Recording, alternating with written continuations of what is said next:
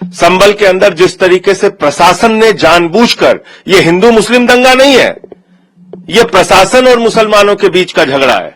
वहां के लोगों की हालत कैसी है, वहां रोटी पानी की व्यवस्था कैसी है, वहां जो है बिजली की व्यवस्था कैसी है, कितने लोग घायल हैं, कितने लोगों की जान गई है, कितने लोग जो हैं कस्टडी में हैं, कितने निर्दोष हैं, कितने दोषी है, क्या पुलिस कार्रवाई कर रही है, इसके ऊपर कोई भी टिप्पणी करना तब तक सही नहीं है जब तक वहां जाने की इजाजत नहीं मिलती, क्योंकि हम वहां जाके ही बता सकते हैं। अभी हम पे क्या है, पुलिस की बाइट है, एडमिनिस्ट्रेशन की बाइट है, इसके अलावा क्या है, आम जनता क्या, मीडिया से तो जनता बात नहीं कर रही। मैंने बहुत सारे इंटरव्यूज देखे हैं, कोशिश की है जानने की, इंटरनेट वहां का भी प्रॉपर काम नहीं कर रहा, तो हम लोगों से उस तरह कनेक्ट नहीं हो पा रहे हैं, इसलिए बार बार हम लोग जाने की मांग कर रहे हैं। लेकिन वो कहते हैं कि लॉ एंड ऑर्डर डिस्टर्ब हो जाएगा, तो हम जिम्मेदार होने के नाते ये भी नहीं चाहते कि लॉ एंड ऑर्डर डिस्टर्ब हो जाए, लेकिन प्रायोरिटी ये है कि शांति बहाल हो। को लेकर के क्या कहेंगे, देश में कानून बनना चाहिए आसाम के बाद? अरे भैया, ये साजिशन होता है ना, तो अपराध है, तो अपराध के लिए तो कानून होता ही है, जल्दी जल्दी ले लीजिए। जा रहे हैं लोग, विपक्ष के लोग इस तरह संभल के आग और घी तेल का काम करने जा रहे हैं, गलत बात है,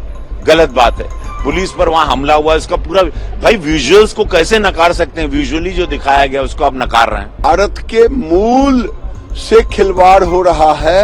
अब भारत का लोकतंत्र तभी तक सुरक्षित है जब तक भारत का बहुसंख्यक है सनातनी। जिस तरह संभल की घटना घटी है चुनाव के एकदम रिजल्ट आने के बाद, तो मैं समझती हूँ ये बहुत बड़ा प्रश्न चिन्ह उठाते हैं सरकार पे, भारतीय जनता पार्टी की नीयत और नीति दोनों पे। और जिन लोगों को, जैसा मैंने आपसे कहा था, देखिए अब कमिश्नर ने वो बात बोली जो उन्होंने मुझसे कमिटमेंट किया परसों, कि अगर जिनकी जान गई है, अगर वो चाहे तो एफआईआर दर्ज कराना चाहे तो वो उनके परिवार के लोग करा सकते हैं। तो ये बहुत बड़ी उपलब्धि है कि जब ये एफआईआर दर्ज होगी और जिसके नाम वो दर्ज करा रहे हैं उसके नाम दर्ज होगी और फिर इसमें जांच होगी, तो फिर शायद जो है दोबारा कोई गोली चलाने से पहले सोचेगा कि गोली चला किसी की जान नहीं लेनी। और बहुत सारे रास्ते थे, मैं ये नहीं कहता कि पुलिस सुपरमैन है, उनकी जिंदगी की अहमियत है, उनके परिवारों को भी उनके जो है उनका ख्याल होना चाहिए, हमें भी ख्याल है। लेकिन जिस तरह से सरकारी मशीनरी पे जब निजीकरण बढ़ रहा है तो क्या आरोप लगता है कि सरकारी काम बड़े धीरे से होता है, इसलिए हमें निजीकरण करना है, प्राइवेट सेक्टर की तरफ बढ़ना है। लेकिन यहाँ क्या हुआ, 19 तारीख को पिटीशन दायर हुई, सिंगल पार्टी जो है ऑर्डर हो गया, और उसके बाद शाम में सर्वे टीम गठित होगी और सर्वे के लिए भी निकल गई टीम। तो इतना तेजी से काम बिना किसी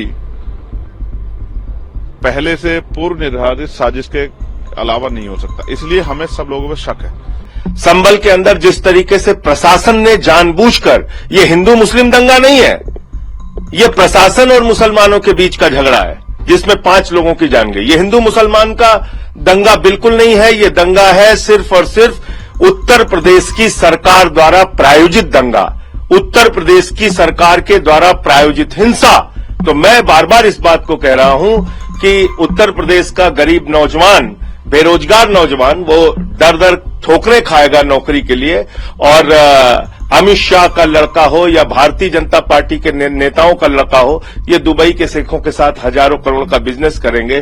तुम धंधा करो, हम धर्म के नाम पे झगड़ा करें, ये व्यवस्था चलेगी नहीं। तो इनको भी उजागर हम करना चाहते हैं, इसलिए मैंने 0 आवर का नोटिस दिया है।